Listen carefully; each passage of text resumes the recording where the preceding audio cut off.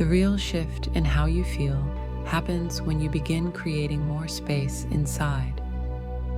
When you stop identifying with every thought, every fear, every impulse to control.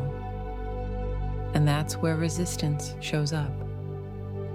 The mind ego, the inner structure you've unknowingly built over years, isn't interested in freedom. It's interested in familiarity, predictability, control, in keeping the current version of you alive, even if that version is exhausted, anxious, or unfulfilled. The moment you begin to make space, the mind senses danger, existential threat. Because what are you without your old stories? Who are you without your patterns? What happens when you stop constantly rehearsing your image? The mind doesn't want you to find out.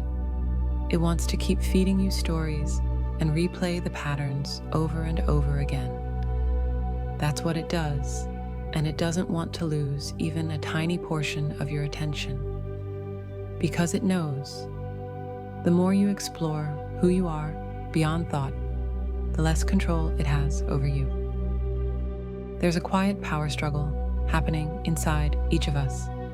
Your mind is invested in the familiar, even if the familiar is painful. Its job is to maintain what it knows.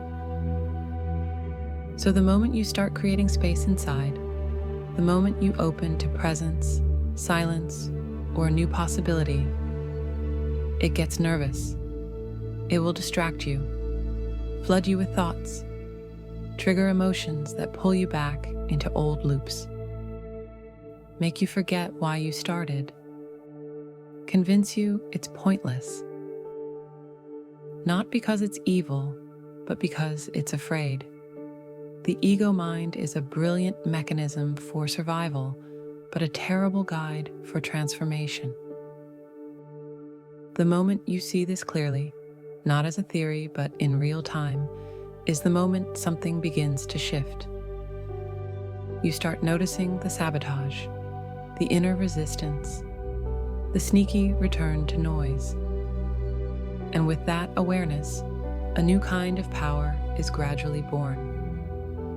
One that's not about control, but about pure and absolute freedom.